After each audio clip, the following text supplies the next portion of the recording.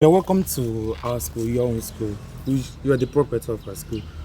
Um, my lord, since you have already walked around the school, I would like to ask you some questions based on the changes I've observed in the school since its handover to the church in 2013, and in particular to the infrastructure, the new chapel building by Honorable Senator Victor. You're welcome. I'm very disposed to answer as much as I can to your questions. My lord, please, what can you say about the school so far? Well, in the first place, as I had this opportunity of coming here today to go around and see for myself the progress of work and everything going on here.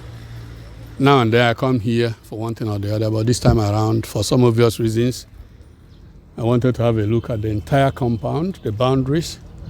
I know there has been some cases about this part, some part of the compound, but thanks to God, today the whole entire place has been walled and therefore security guaranteed.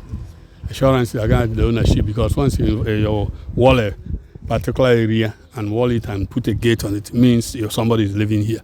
Not that people cannot talk, because of the way people want to have lands this time around. There is this problem of people coming in even where they know the thing do not belong to them. They still come in. And so, for that reason, I am happy to have been here. As I said, I occasionally come in here, but the one of today is just precisely to look around and see things. You can see I did not enter into the first inside, except going through the main avenue to the chapel, which I'm very happy that Chief Sir Victor has continued to put in everything almost. He has to make sure that that facility is completed. The level I see today is almost, once you have a roof on a building, the plastering has been done, the windows are being done, I believe the tiles and other things, we follow.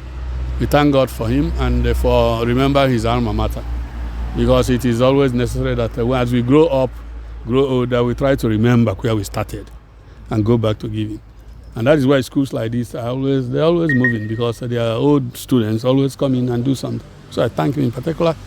I thank also the manager, Father Theodore Ekwem, for the work he's doing here with his assistant. Because, to arrive at this point requires some amount of attention, devotion, and dedication, even for the school to perform well and do the rest of them. And I think, as you said, they handed over this school to us sometime by the government, and I think the government is proud of it.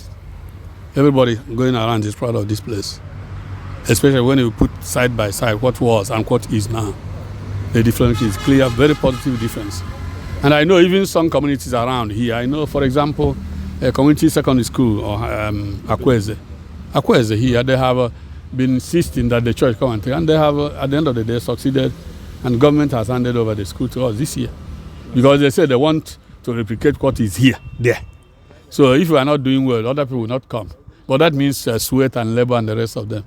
And some people, getting people doing the, like I said, the manager here, he had called this in his business, and he's doing it for the church. It is for you, for your own development, because I believe that young people should have a good environment for them to grow, where they will be educated properly. As we had in our own, we had more serious and tough time. You have better facilities now, but sometimes you may have those facilities, but if people are not well guided, it will become a bit difficult. So I thank God he's very much around, disposed, and happy with the students. And we see the population is over 1,000 now.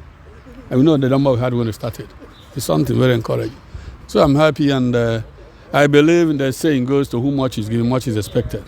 The students who are here, they should make the best out of it, because you have better opportunities. I studied with a lantern. But you are studying, I studied with a lantern, even in the secondary school. We never had electricity. Because immediately after the war, 69, 70, we went back, we were at Okwa during the war, 1969. Then after that, we came to Hallows. And then we never had the electricity. And you know what lantern can do. Even I was somewhere, I saw even a primary school where they had even air conditions. I saw it, one school, special school in Umuchi. They had air conditions. So if you have gotten all these things, provisions, people like that, you should do better. You have so many better equipments to work with. With the new technology, education is simplified. But all said and done, no matter what facilities you have, you must use your head, you must use your brain and do your own job to actuate it. So I wish if anybody felt didn't succeed here, he has himself to blame.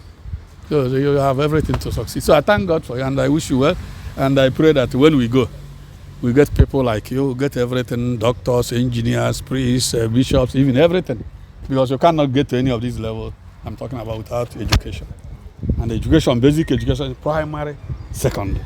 Because it is after this that you know understand. If you go into tertiary institution, the background you have gotten here, the foundation you have gotten here, we carry it through to any level you want. So I wish you the best. Thank you, That man. was just Thank an you, interview with the Bishop of Aka Diocese, Most Reverend Dr. Chukwuemeka Pauline Ezeokafor, and also the proprietor of Blended Memorial Grammar School. I'm Akaligochu Gazemekanten, and with me here is my colleague, Obiako Francis. Once more, we wish you all a happy Sunday.